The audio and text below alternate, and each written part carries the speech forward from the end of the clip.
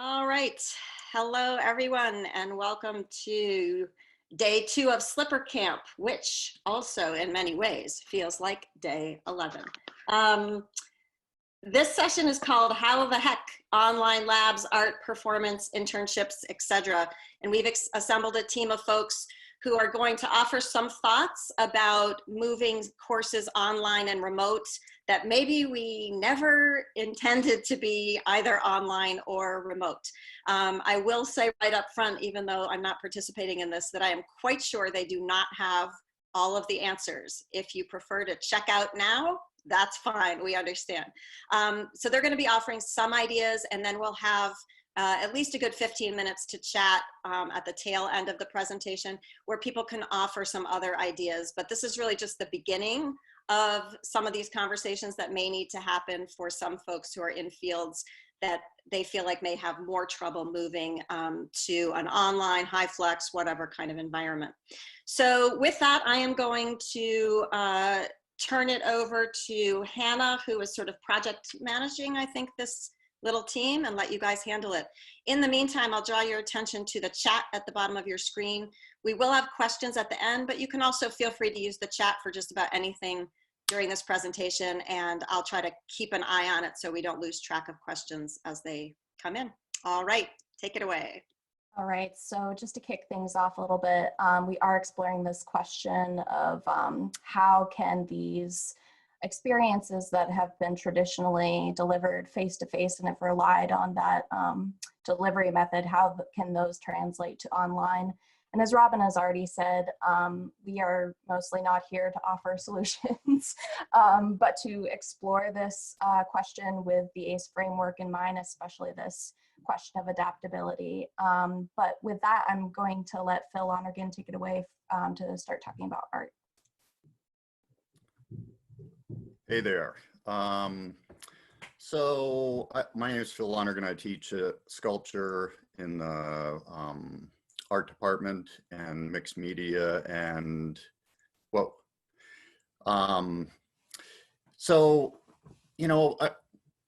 we've been moving towards more digital stuff as time has gone on in the last 10 years or so. And COVID's really... Phil, stop for 1 second. I just want to make sure Hannah is aware that occasionally some lovely candid photos of you and your friends are popping up. I will let you know if it happens again. It won't happen again. Okay, just checking to make sure you knew. All right, sorry, Phil, go ahead. Were those my photos, though? I thought that was me with hair. That was not you, honey. I can Photoshop you onto it. Okay. Carry on. So one would think that studio art wouldn't be able to be taught online, and I guess I was a believer in that, but I think as we've kind of pushed this bar, especially with COVID, that it's caused me to rethink a lot of things that really seem fixed. And I think the things that I actually do in class that are important face-to-face, besides all the things that we usually do, which is building relationships with students, encouragement, trust, personal feedback, all of those interpersonal relationship skills that or ideas that we have with students, get moved online, maybe not as good, but the things that I kind of identified as being fixed, things like health and safety. So we use equipment and tools that need instruction. They might need ventilation. I also provide materials for projects that aren't things that people can get at the local hardware store, and tools and space, and also demonstrating techniques. So the more I started thinking about this, I don't actually in class manipulate a student's hand when they're working on a material. So I started thinking, do I actually need to be there to do that? And in the past, I don't know, 10 years or so, I probably taught 2 graduate courses online of people that were out of state. And the beauty is that with a little bit of the digital technology, we can actually make those leaps. So I started thinking about problems that I run into, like materials. Do I actually need to give them materials, or could I ship them?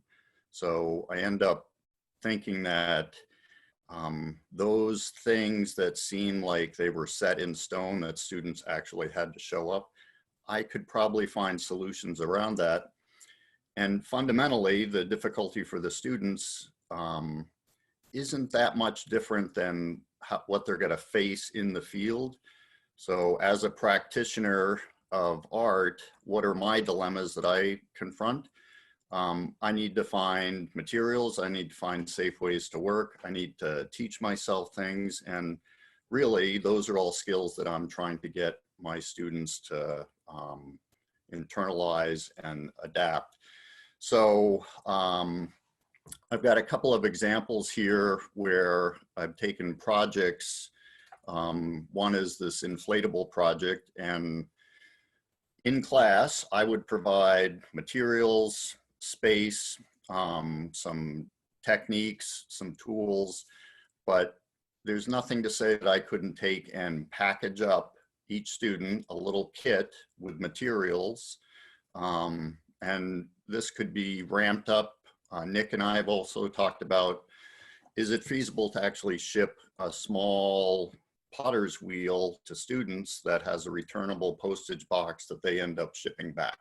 And, you know, again, it seems bizarre in times other than COVID to think about that, but in fact, that's what we do in the world, is we get stuff shipped to us, we use it.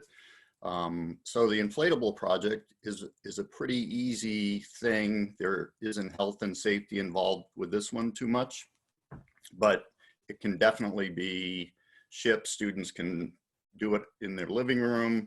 They can inflate it with a fan that they have. So really adapting the materials and also having students figure out a space solution is part of what they're really trying to, I think, one of the big goals that I'm trying to get them to understand. We've also got this maker chair project where they actually use the plasma cutter, and again, pressing the button on the plasma cutter, don't actually need to be there. They learn the software online by themselves, and they can send me the file. I can print it out and ship them back their plasma cut piece of steel that they end up actually assembling. So it seems like if we let go of what we think is fixed and think about how we could circumvent those problems, it doesn't seem, and say there are some things are more difficult, like learning to weld is one of those things.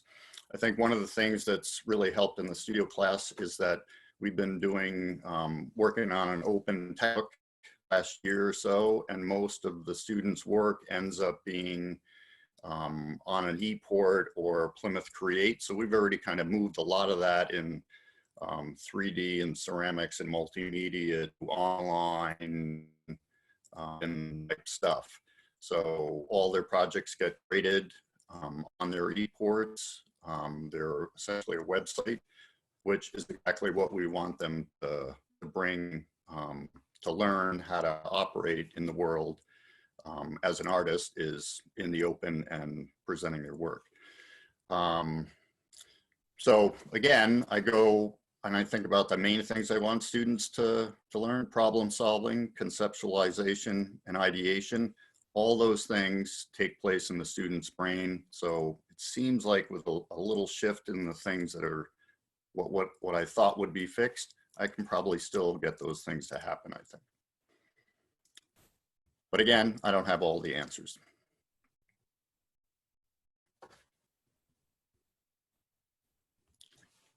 All right, and then I'll invite Carrie to unmute and start talking about labs and clinical opportunities. Hi there. So I am in the nursing department, and we had, I think, one heck of a semester. We had to have all of our clinicals go virtual, which was fun, exciting, slightly stressful. Before that, though, I do teach biochemistry for nurses. And, you know, I created an OER or remixed an OER textbook, as well as some lab opportunities that I'll quickly show you later on in this conversation. We're going to look at all of the areas of the ACE framework as I move through this conversation. But first and foremost, I think when we're talking about pure science, many people are going to think, is it effective? So when this presentation is complete, Robin is going to post one of the papers that I found as I was going through, saying, okay, is virtual simulation of laboratory, of different types of you know, events that we would simulate in class just as good? Or, you know, is it better in some ways? So please feel free to take a peek at that information. When I approached looking at biochemistry, creating remote simulations for clinical, I really had to have a spirit of inquiry. I had to be flexible. I had to look around at my resources and say, okay, what are we trying to do? What's our target learning? And so when I thought about that, I said, I know, and as you know in your classes very well, what learning outcomes you're trying to achieve. What I start with generally, because I've created quite a bit of OER that I'm happy to share, I start with a brainstorm. And on that, I usually do it digital. You can do it on a piece of paper. Write a needs versus a want category. And from there, you can say, I need this. For example, in biochemistry, I needed some sort of a lab, an interactive simulation that had them explore osmosis, had them explore diffusion in some way, shape, or form. I needed that. However, I wanted it to have nursing considerations. I wanted it to have a nursing slant. So delineate the necessary attributes versus the attributes that you think that's something that I can possibly do without, but maybe even I can build infrastructure you can create. So as you go through, think about how are your students going to learn? Are they going to be working in teams? Will it be synchronous? Will it be asynchronous? Will it be an exploration from which you're going to take and then jump in deeper for application in a synchronous class? So as I went through, and again, at the end, I'll show you just a very brief example of the biochemistry that I worked on. I generally had the students working together as a team, because in nursing, we do everything in teams. And they worked through the activity, the lab, that I put forward virtually. And then we delved into that nursing application piece later on. So now, what was really important as I started to scaffold this was feedback from students. And what I will tell you is that I decided to have these simulation activities based on feedback from students. They told me that there was so much information, it didn't appeal to all types of learners, that there was so much reading and writing that the people who like to use their hands, who use their you know, visual, audio, they just weren't necessarily getting their needs met. So I looked for a diversification to accommodate all the different types of learning styles in those labs and activities that I set out to find and then to create the infrastructure around it. So another piece that I want to say is, how will you introduce this type of learning to your students?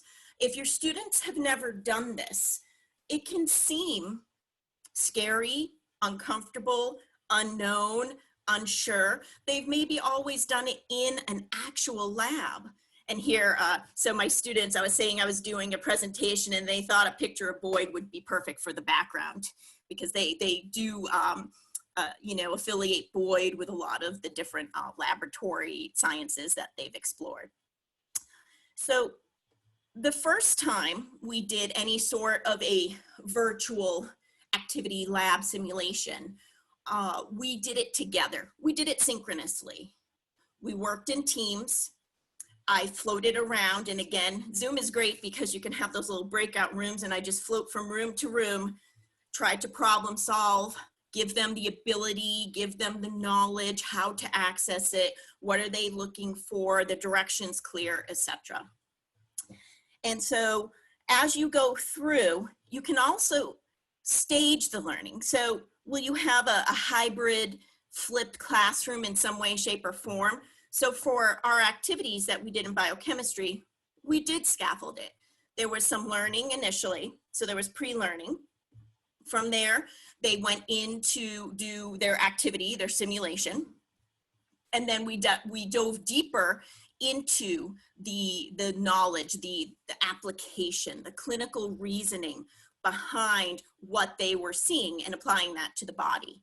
So I think making sure that you provide an opportunity for that deep learning is important. Otherwise, they feel like they're just going through rote activities and they're not really even sure how that connects to the classroom. So I think, Hannah, I'm going to go ahead and screen share now. I'm going to show you a couple different areas. So I have, I spend about 10 minutes a day looking for open educational resources. I have hundreds. So I didn't clutter up we're going to share some of those, and hopefully the repository will be a great place for me to enter a lot more. I have biology, psychology, social work, you name it. As I go through, I just kind of collect things because you never know when it's going to be useful. So we're going to start here with something that's called Phet. You may have heard this before. You may have heard this term, and it actually stands for Physics Education Technology. The acronym is Phet, and it's full of simulations. Hopefully you can see my screen share. I always tell my students, if it's not what you think it is, please do tell me. So here is Phet, and when you come here and look at Phet, what I love about Phet is, one, it's accessible. They talk about making their tools accessible. And if they're not accessible, they want you to reach out. Two, they talk about research. What is the evidence-based data that they have behind the tools that they create and the tools that they maintain? And lastly, there are so many simulations. There's over 600 different opportunities for you to explore. Now, not all of them are necessarily going to fit your goals, the outcomes that you want. However, you can see here, earth science, math, chemistry, biology, physics. This is a pretty good place to start if you're thinking in those pure sciences that you want to explore and use something, or build capacity if in some way, shape, or form you're going to need to be virtual in some sort of an asynchronous or synchronous fashion. So next, I want to just quickly show you this semester, as I said, for nursing was fairly challenging. This here is a virtual hospital, and we use this, we scaffolded an actual clinical day. So the students had to log into Zoom in their uniforms with all of their tools, getting ready to take report, just as we would on a hospital floor. We explored a 10-year-old that had a status post appendectomy, and we provided nursing care to that particular person. Over here, there's a mental health wing. So this might be something that would be appropriate for social work or for psychology, sociology to explore. Again, this is just one example of many different opportunities that there are out there. We talked about Merlot briefly, right in the presentation right before this. So you can see here, social sciences, workforce development, education, businesses. These are all open education resources that are available for you to look at. And again, having a spirit of inquiry is really important, being flexible to look, but as well to know what you want, what you need in your classroom to be able to more readily define what you're looking at. Lastly here, I'm going to show you just briefly what we did in biochemistry. Biochemistry for nurses was a completely open education course. And so in the discussion before, it took me, and again, I think this is fairly polished. It had pieces, it was like a spoke of a wheel. So we had a text. I uploaded all of the other affiliated texts such as OpenStax, Anatomy and Physiology, OpenStax, Biology, as well as we remixed with Kristen's great help and wrote a little bit of a biochemistry for nurse textbook that targets what they need, what is important. It's very student-centric. Carrie, So I just want to be mindful of time. So if we could just one more minute on this. Probably 30 seconds. Thanks. So all of that was placed together. So this is an example. Again, we can't have labs in this labs because it was not a lab bearing course. However, we had simulations.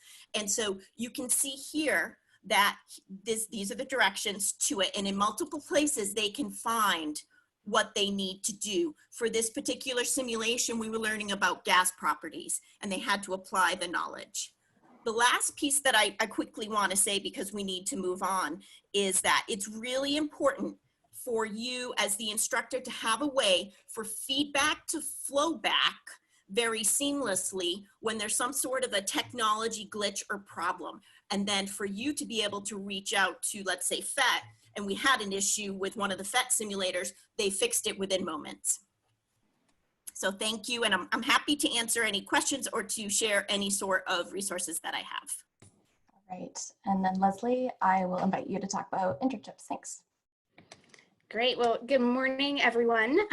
For those that I don't know, my name is Leslie Blakeney. I work in the career development office. I've been at Plymouth State for about 1.5 years.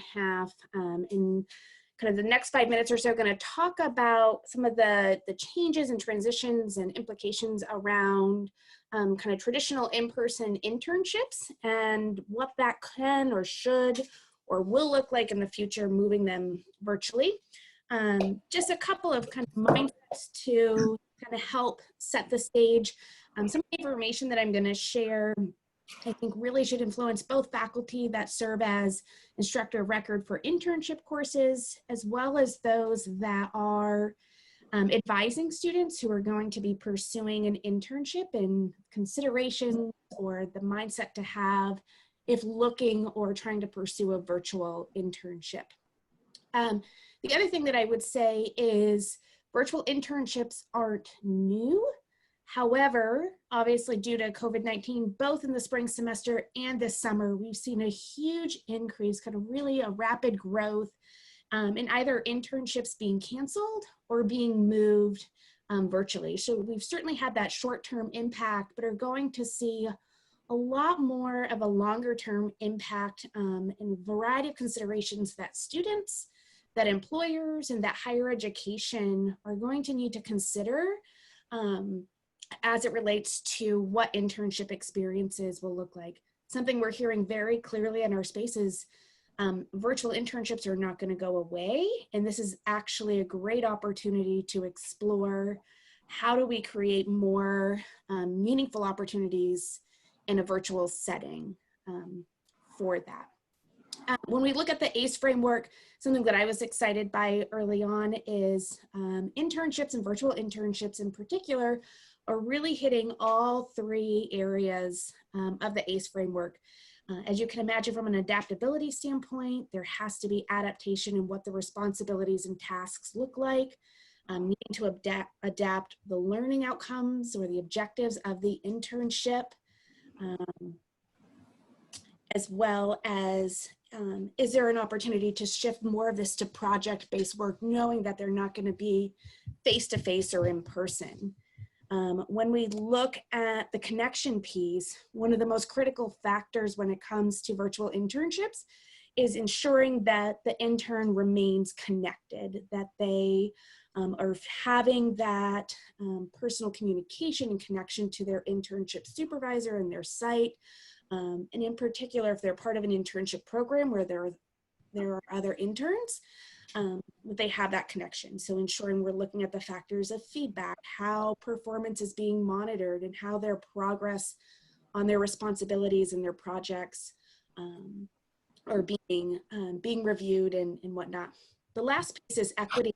One of the motivating pieces for consideration around virtual internships is there's, I think, a good argument out there of our students from underprivileged backgrounds or resources. This actually really levels the playing field or gives more equity and access to opportunity. They may not be able to go to a traditional internship for a variety of factors, from financial to transportation to where they live, or they need to make money during the summer. I think we know that's a really critical piece for a lot of our students. So that equity to experience. But the other piece that we want to measure is ensuring that strong equity, that there's access to technology, both for the student as well as that the internship site is providing that technology, that there are critical resources from onboarding to evaluating, culminating their experience, and ensuring that there is the same level of support around helping advance the learning and professional development and the skill development of students. So those are some of, I think, the really great factors to kind of align virtual internships when we look at that ACE framework. When working and communicating both with students and employer and internship sites, so some of you may wear a hat that's much more focused on working with students, and some of you may have a hybrid of that and working with employers and internship sites. And there's kind of 3 or 4 questions that I really encourage everyone to consider, both when working with students or if you're working with an internship site that is exploring moving to a virtual experience. First and foremost, you want to ask, can the current structure of their internship responsibilities or internship needs be performed in a remote virtual setting? I think with Carrie going just before me there, certainly we know there are fields that it is much more natural to transition these responsibilities online into a virtual setting, and others is much more difficult. Some of you may have accreditation requirements that currently serve as a barrier, and what I'm learning is there's a variety of accreditation agencies and that are really revisiting some of these policies and how do we be more expansive to meet that equity piece. And for me on that question, it's not just a simple yes or no, but I think it opens the door to see where do we create some adaptation that's beneficial both to the student and the internship site. The other key question is if needing to remove an internship online, does the internship site still have the need and capabilities to host an intern in a virtual or remote setting? So I think we think very much about the tourism industry. It's been a big area that, right, we've seen impacted by this, and it's not as simple as can it just be moved online, but is the need and is the quality of the experience going to be there?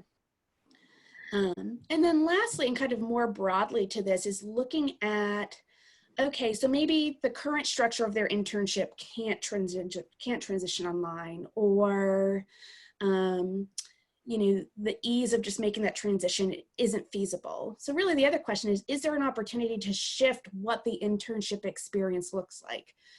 Is there a way to build in more professional development and learning-based experiences? Is there an opportunity to build in more project-based? Is there the opportunity for the internship site to kind of step back and say, okay, this is traditionally what we would have an intern do. However, what are other needs or what are other opportunities that we can provide a learning experience that's also still meeting our needs? So just to make sure we have enough time for our next speaker and Q&A, Leslie, do you mind finishing off with one more point and then we can proceed? Yep. Thanks. Yep. So kind of the closing piece that I was going to share is when we're looking at kind of the best practices for screening and vetting a site or questions to ask, there's really kind of 6 areas that you want to look at of how an internship virtually should be structured. Ensuring there's an adjustment and an update and clear definition of what the responsibilities and objectives will be. So what and how are those being done? Having a very clear understanding of the onboarding and training process. So that's one of the biggest fears in moving an internship virtually, is how will they be trained and onboarded and educated. Ensuring they have a communication and a project management tool. So if you're doing all of this work virtually, you know, for us at Plymouth State, we have teams. That's a great way to share work and progression of work. So ensuring they have tools like that. Ensuring there's a clear and consistent process in place to communicate even more with the interns, and they may even in person, as well as having consistent and ongoing feedback.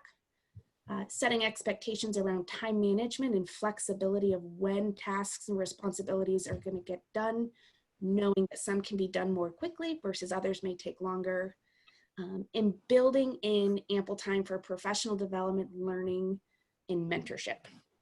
I will be available from 12 to 2 tomorrow to talk with folks if there's more questions on this, and our office as a whole is here to support. As I said at the beginning, virtual internships aren't new. However, what we're going to see, especially over the summer onward, is a lot more emergence of developed trends and best practices. All right, thank you. And then we're gonna move on to Matt Cheney is gonna talk a little bit about Capstone's practica and field trips. And I just wanted to say briefly, obviously this is a huge question to cover all of this in 30 minutes. I still want to leave about 10 minutes for Q&A, but the collab is going to be open Thursday and Friday for more inquiry about this stuff too. Yes, thanks, Hannah. And I'm going to be quick through these, as I also have slides after on field trip stuff. But for the sake of time, because everything's going to be available to everybody, and we're available Thursday and Friday. I'll be there all day, so come on by if you want to discuss anything in more detail. I teach the Interdisciplinary Studies Senior Seminar, which is a capstone course. The entire course is a project the students do over the period of the term. And so this past term, we had projects all planned and we're just beginning to get started on them when suddenly all of this hit, which caused great commotion. The results, though, you'll be able to see, they're on the IDS website, and you can click through there when we get this, this slideshow up. You'll see the results were remarkably good for the circumstances we were under, I think. And I think that came from the students really being willing to embrace, once I gave them the power to do so, to embrace flexibility, to, if they had to just scrap everything and start over in whatever way they could from whatever circumstances they happened to be in. Some were in perfectly good circumstances, others really, really difficult stuff. So that choice and flexibility is what I really learned from this experience and want to build into the course even more in the future, as well as thinking too about process over product. A capstone can feel very much like a product-based course. We're seeking a demonstration of mastery to some extent within a product that they create. These circumstances really showed me how important the process is, and even for the students who their project, there was just no way they could do it, and they were really struggling to come up with anything to do that would feel fulfilling to them. I encouraged them to think sort of meta processy wise, and to write about what they would do, and to create sort of scenarios for themselves and share that, to share their thinking, to share their planning as much as they could. And then try to figure out, are there ways that we can take the limitations of our circumstances and make that part of the project? Quite a few of my students shifted their projects to be about COVID-19 in some way and its effect on their discipline. For more information on all of that, you can, I would also highly recommend looking into stuff on project-based learning and the 3:30 to 4:15 session today. All right, let's move on to very briefly talking about field trips and field work, because we got this question into the collab this weekend, and I thought I would try to see what sort of very, very preliminary answers I could find for this. So I'm not going to read through all of this stuff. I will leave it for you, but one of the things that really stuck out to me is the value of networks right now, networks within your discipline particularly, because everybody's handling this in a slightly different way because it affects every discipline a little bit differently. I really recommend clicking through to the tweet that is there.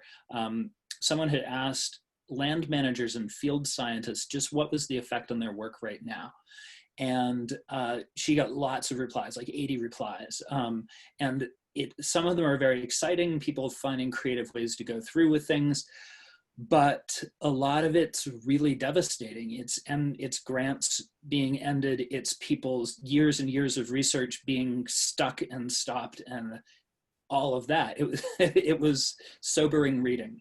And I would really recommend, if possible, discussing that sort of thing with your students, because that's what's really going on within our disciplines. How are we handling all of this outside of a classroom setting? Because that's the world that we're preparing our students to enter into. All right, next slide, Hannah. So I found some resources for folks out there. There's even more than this. This was just from me looking around for a little while. All sorts of virtual versions. Everybody's trying to create virtual versions of field trips right now. A lot of that stuff is aimed at elementary and middle and high school students, but I think there are some adaptable ideas there.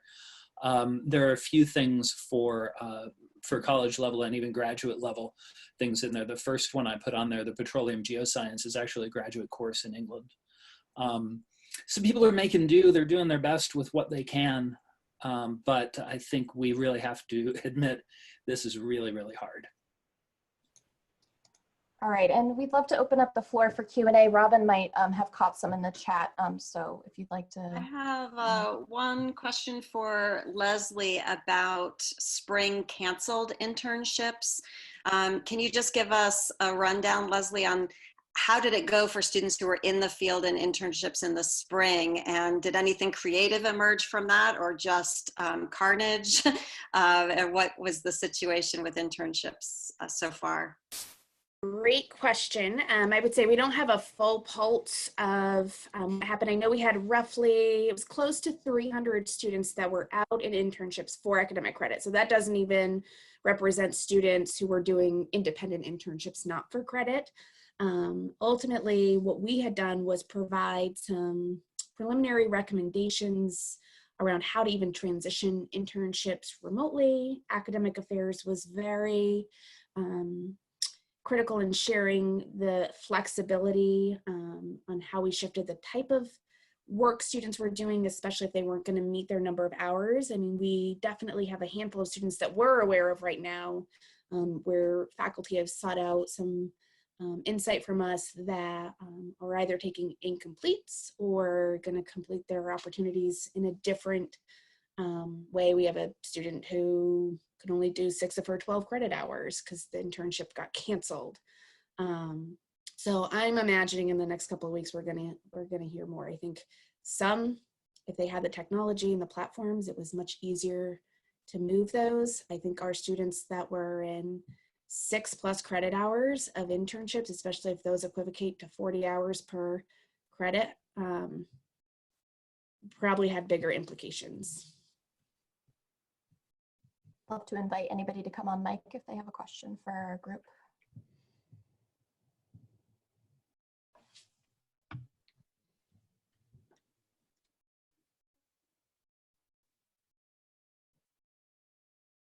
And as you're thinking, I'm just going to remind you that, again, CoLab has our drop-in hours Thursday and Friday, tomorrow and Friday of this week, 8:30 to 5 p.m. in our virtual office. I have been getting that question a few times, like no one's going to be in the actual CoLab office. But you can pop in there 8:30 to 5, and some of these folks, including Leslie and Carrie, Phil, Matt, of course, will be on staff for various portions of the hours. If the person that you need is not there when you come in, we'll make sure that we're in touch with that person so that you can make an appointment with them to meet at another time. But we're super happy to get you hooked up with who you need. Christian is there. Christian raised a really good point there, I think. Somebody wants to talk about scheduling. Like we really don't know if there's a way to move stuff that is intensively field-based to the spring term rather than fall. That may be a way to prepare. Yeah, Matthew, if I can comment here, as you know, adventure education is very intensively, field-oriented, and we have identified, for a series of classes that we could adapt to remote learning, and also we have identified courses that we just cannot do it. At one point, we can't water down, courses to the point where we're going to give the false illusion that our students are graduating with the proper training. I think it's not good for them. It's not good for the profession for us. So we have identified courses where we can maybe quickly move them to the spring session, hopefully that we can do face-to-face, and then move these courses that are normally spring-oriented courses to the fall. So we have 3 plans. We have either plan A will be, as usual, face-to-face the whole semester. That's great. Plan B is for us, let's say we can come back face-to-face for the first 6 weeks, and we're going to try to concentrate everything that's face-to-face intensively. So I could see ourselves doing intensive sessions of skill development and direct hands-on and heads-on experiences before we are sent back to remote learning. And then finally, the worst case scenario, we start and remain off online, then we're going to just flip-flop courses with the spring courses. And I want to share that as a possibility. So I think we're in the midst of planning for summer, and I think we have probably 11 different contingency plans. We have different algorithms. We're going over tomorrow and Friday. We've had facilities tell us we can't come. So we're in the same boat, and we have been planning since January and absolutely fluid. So if a hospital says, I was just looking at my text, I got another text, a hospital said no. I'm like, okay, so what do we do next? And we get back together and say, nurses need to have some hands-on, correct? So I do OER, I love OER. Nurses need to touch people too. So Christian, I totally agree with what you're saying. And so we have these contingency plans based on what we're going to encounter. And in healthcare, anything's game, correct? We know how it rolls. We're ready to do winter, spring, weird little terms, get labs done, do labs later, go in. The hospital says, come, we're coming. Hospital says, come at 3, I got my scrubs, let's go. So I think flexibility is such a premium, and I think you're right, harnessing whatever you possibly can, because we don't know what we're going to encounter. So again, I just think flexibility is where it's at. I want to put in a little plug for something that Chris Shabbat was talking about in the chat earlier, whether we want to think, so maybe some of the social science and adventure ed people might think about this around field work, and then the scientists around labs. But Chris was suggesting it might be helpful for people in groups who are dealing with very similar issues to maybe get together to strategize, because like Jeremiah and Chris were talking about, what are the pros and cons of setting up small kits that people might check out and take home with them for labs. So I'll just put out a thing that the CoLab does not have the capacity right now to set those up and project manage them all. But if you do end up wanting to create an affinity group like that, just loop me in if you want, and I can help you expand the call for that, maybe past the people you talk to every day. Because we don't want to miss, especially some TLs that you may not know as well, who may really benefit from that. So I'm happy, the CoLab's happy to work with you if you want to set that up. I think it was a great idea. And I know there's other stuff that we could talk about for sure, but we are just about at the end of our time. So before we leave, I want to say a couple of things about this afternoon. We start back up again at 1 p.m. in this same room that we're in right now. But I do want to alert you that between now and 1 p.m. We will not be here. So do not come back until close to 1 because we will be getting some things going with our recordings. If you have any questions, you can always email me or contact psu-open@plymouth.edu and we can get in touch.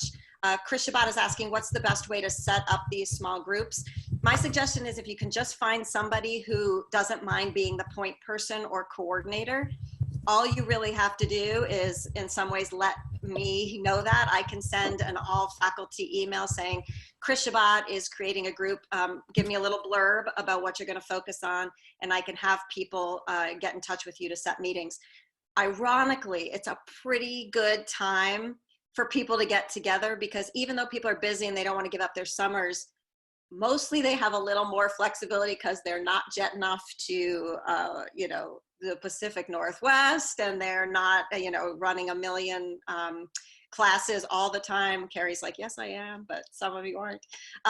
So anyway, I think if you do want to do it, I also see lots of things going on here about transportation and vans and workload. The last thing I want to point out is that if you have questions or comments that are not so much collab level, right? We help with design of courses and helping you figure out as a faculty member what you want to do. If we've got more institutional things that need to be decided and done, you can also let me know that in an email, let the collab know, because Hannah is collecting things for the administration, and we will pass those along on your behalf, especially if you prefer to be more anonymous, but maybe it's easier for them to get that as a coherent document than 20 million different things. So we are collecting those administrative asks as well, and we're happy to pass those along for you. I know there's more going on, but we'll be back a little bit early, so we'll see you at 1 o'clock in this room, and thank you all for coming. I'm going to stop recording now.